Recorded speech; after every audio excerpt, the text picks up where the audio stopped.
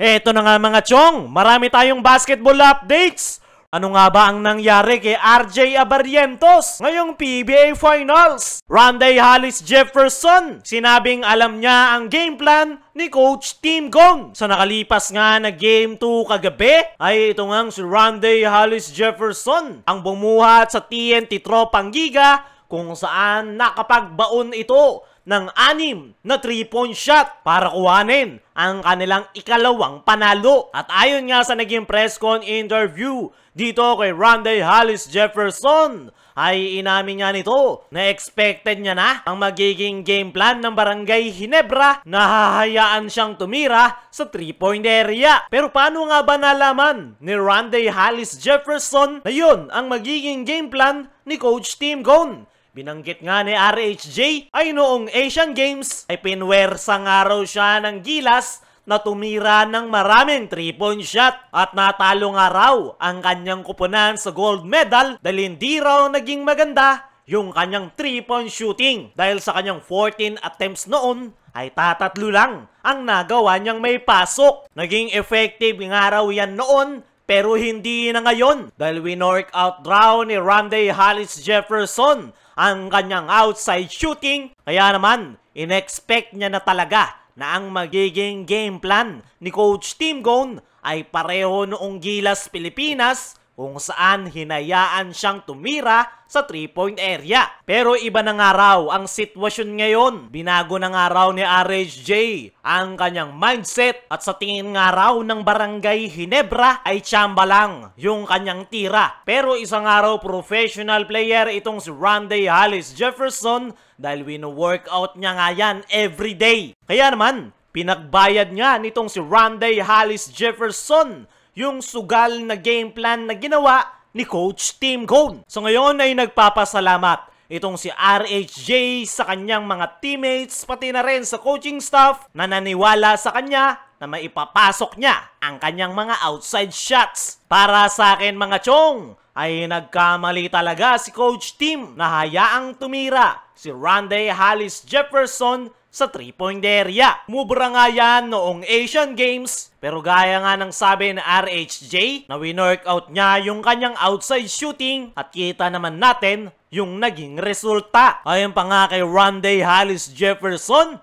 ay hindi niya daw talaga makakalimutan yung gold medal match kontra Gilas Pilipinas. At yan nga raw yung nagsisilbi niyang motivation ngayong PBA Finals. Kaya ginagawa niya nga raw ang lahat ng kanyang makakaya para makuha ang kampyonato para sa TNT Tropang Giga. Para sa akin mga chong, ay mayroong gigil itong si Rondae Hollis Jefferson na makabawi kay Coach Tim Cone at Justin Brownlee. Kitang-kita naman yan ngayong PBA Finals kung saan ayaw na nga nitong magpahinga at talagang sinisiguro na makukuha ang panalo. Naniniwala ko mga chong na maling-mali talaga yung game plan ni Coach Tim na hayaang tumira si RHJ. Pero tingnan natin sa darating na Game 3 kung anong adjustment ang gagawin ni Coach Tim at kung may pagpapatuloy pa rin ba ni RHJ ang kanyang monster performance. Dumako naman tayo dito sa kabilang balita. Ano nga ba ang nangyari kay RJ Abarrientos ngayong PBA Finals? Ito nga si RJ Abarrientos mga chong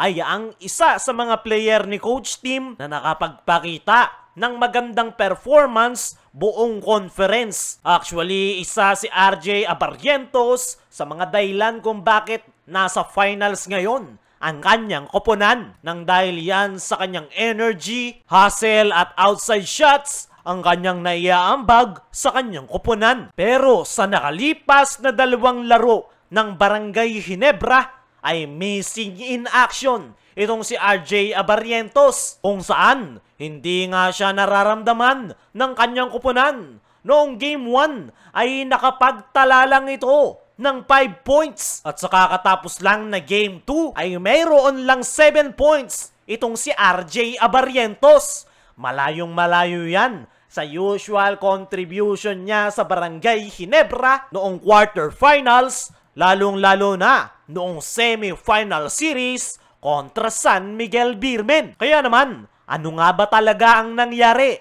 dito kay RJ Abarrientos, bakit hindi ito nagpaparamdam sa Hinebra ngayong PBA Finals? Sa nakikita nating dahilan yan ay yung depensa ng TNT Tropang Giga. Masyado ngang maigpit yung depensa ng TNT. Talagang pinaghandaan nila yung mga outside gunners ni Coach Tim Cone, kabilang na itong si RJ Abarrientos. Kaya naman, hirap na makapuntos ang nasabing Hinebra rookie ngayong PBA Finals.